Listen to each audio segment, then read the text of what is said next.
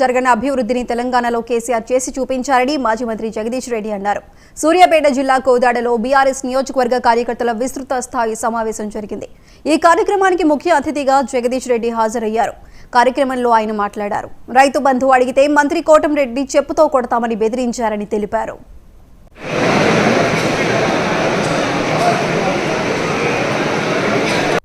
అధ్యక్షులు కేసీఆర్ గారు ఇచ్చిన పిలుపు మేరకు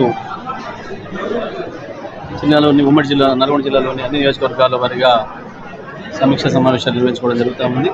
ఈరోజు కోదాడలో కూడా సమీక్ష సమావేశాలు నిర్వహించుకోవడం జరిగింది. ఎన్నికల్లో ఓటమి చెందినప్పటికీ కూడా మళ్ళీ కార్యకర్తల్లో పూర్తి స్థాయిగా ఉత్సాహాన్ని నింపే పద్ధతుల్లో కార్యక్రమాలు జరుగుతూ ఉన్నాయి, సమావేశాలు జరుగుతున్నాయి. గత చరిత్రలో ఎప్పుడు లేని విధంగా కేవలం 60 రోజుల్లోనే నూతనంగా ఏర్పడ్డ ప్రభుత్వం ప్రజల్లో అబాస్పాలవుతూ ఉంది. ఇచ్చిన కొత్త హామీలను నెరవేర్చకపోగా పాతగా వస్తున్న పథకాలను కూడా కనీసం ప్రజలకు అందించలేని స్థితిలో ఈ ప్రభుత్వం ఉంది అని చెప్పి ప్రజలందరూ కూడా మాట్లాడుకుంటున్నారు. ఆ రోజు ఓటు వేసిన వాళ్ళు కూడా ఇప్పుడు బాధపడే పరిస్థితి వచ్చింది. మేమేదో నమ్మి మోసపోయినామనే మాటను కూడా చాలామంది మాట్లాడుతూ ఉన్నారు ప్రజలు.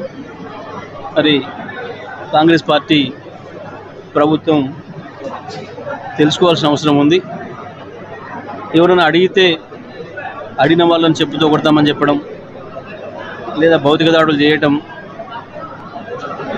పోలీసుల ద్వారా అక్రమ కేసులు పెట్టించే ప్రయత్నం చేయడం, ఇటువంటి కార్యక్రమాలు కూడా పూనుకుంటున్నారు నల్గొండ జిల్లాలో ఉన్న మంత్రులు, ఎమ్మెల్యేలు. ఇది మంచి పద్ధతి కాదు. ఇవాళ కోదాడలో కూడా మహిళా శాసనసభ్యురాలు ఉన్న చోట మహిళలపైన దాడులు జరుగుతూ ఉన్నాయి. ఇది మంచి విధానం కాదు. స్థానిక శాసనసభ్యురాలు కూడా వారు కూడా వాళ్ళ కార్యకర్తలకు చెప్పాల్సిన అవసరం ఉంది. పోలీసులు కూడా నిష్పక్షపాతంగా వ్యవహరించాలని చెప్పి నేను కోరుతా ఉన్నా.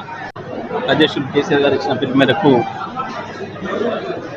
జిల్లాలోని ఉమ్మడి జిల్లా నల్గొండ జిల్లాలోని అన్ని నియోజకవర్గాల వారిగా సమీక్ష సమావేశాలు నిర్వహించుకోవడం జరుగుతూ ఉంది. ఈరోజు కోదాడలో కూడా